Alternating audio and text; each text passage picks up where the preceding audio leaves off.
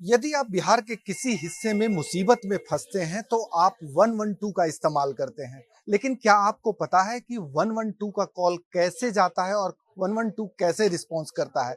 अभी हम पटना के उसी कंट्रोल रूम में हैं जहां पे आपका कॉल पहुंचता है और बिहार के किसी हिस्से में यदि आप मुसीबत में होते हैं तो यही 112 आपको रिस्पॉन्स करता है। इसमें तमाम जो पुलिसकर्मी हैं, सारे पुलिसकर्मी महिला पुलिसकर्मी हैं। आप तस्वीरों में साफ तौर पे देख सकते हैं, ये पूरे बिहार को कंट्रोल कर रही महिला कांस्टेबल्स एक खास अंदाज में लोगों को रिस्पॉन्स कर रही हैं। आप तस्वीरों में साफ तौर पे देख सकते हैं, ये पटना स्थित 112 का नज़ारा है, जहां हर पुलिसकर्मियों को एक जोन में बांट दिया गया है और इनके पास जो फ़ोन कॉल्स आते हैं, उसके आधार पे ये रिस्पॉन्स करती हैं।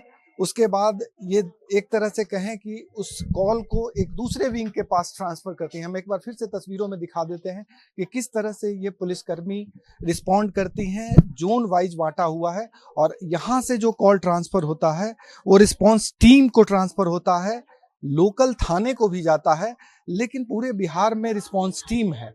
सबसे अच्छी बात है क्योंकि आमतौर पे थानों पर ये आरोप लगता है कि सूचना प्राप्त होने के बाद भी थाने की पुलिस नहीं पहुंचती है, लेकिन ये 112 का रिस्पांस टीम बिहार के किसी हिस्से में भी जाकर एक तरह से कहें रिस्पॉन्ड करेगी और आपको मदद करेगी। चाहे आप किसी भी तरह के मुसीबत में हो, कहीं आपके समक्ष आगजनी की घटना हो, सड़क जाम हो, तोड़ फोड़ हो रहा हो, सड़क दुर्घटना हो, आपके साथ मारपीट हो रही हो, दहेज उत्पीड़न का मामला हो, यौन शोषण का मामला हो, महिला उत्पीड़न का मामला हो, हर तरह के मामले यहाँ कंप्लेन किए जा सकते हैं और ये जो रिस्पांस टीम है वो प्रॉपर तरीके से रिस्पांस करती है क्योंकि आप तक के सूचना आती है, उस सूचना के आधार पे ये रिस्पांस टीम आगे बढ़ती है।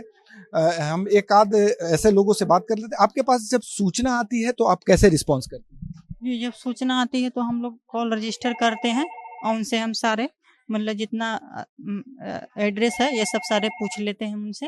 फिर उसके बाद हम डिनोट करके फिर भेज देते हैं उनको। कहाँ फिर आप भेजती हैं? कैड के पास नीचे भेजते हैं। आपने सुना कि यहाँ जो आप यहाँ आपके पास सूचना आती है तो आप क्या करती हैं?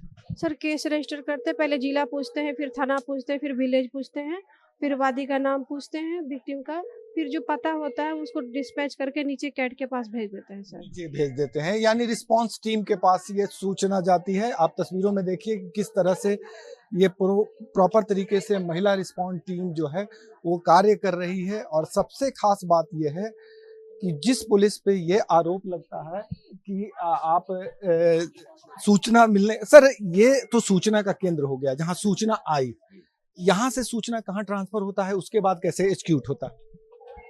देखिए, आपका धन्यवाद है, आप इस बात की जानने के लिए उत्सुक हैं। तो ये जो अभी हमारा आप जिस सेक्शन में आप खड़े हैं, this is called call takers action section हमारा है ये। कॉल टेकर्स जो होते हैं, वो डायरेक्ट पब्लिक से हम लोग जो इन्फॉर्मेशन आते हैं, उनको डील करते हैं वो। इनके पास बहुत ही कम समय होता है, within 90 second they have to transfer their call to the dispatchers. Dispatchers जो होते हैं, वो उनका जो एग्जीक्यूट करने का काम है कि वो जो डिप्लॉयड है हमारी ईआरबी पूरे बिहार में, जो व्हीकल्स डिप्लॉयड हैं, चाहे वो मोटरसाइकिल हों या फिर बोलेरो हों या जो भी व्हीकल्स हमारे ईआरएसएस में कार्यरत हैं, उन तक उस मैसेज को पहुंचाना और उनको फिर वहां से जो डिस्ट्रेस कॉलर हमारे जो पीड़ित व्यक्ति हैं उन तक हम लोग पहुंचाते हैं। वो एक दूसरा सेक्शन है।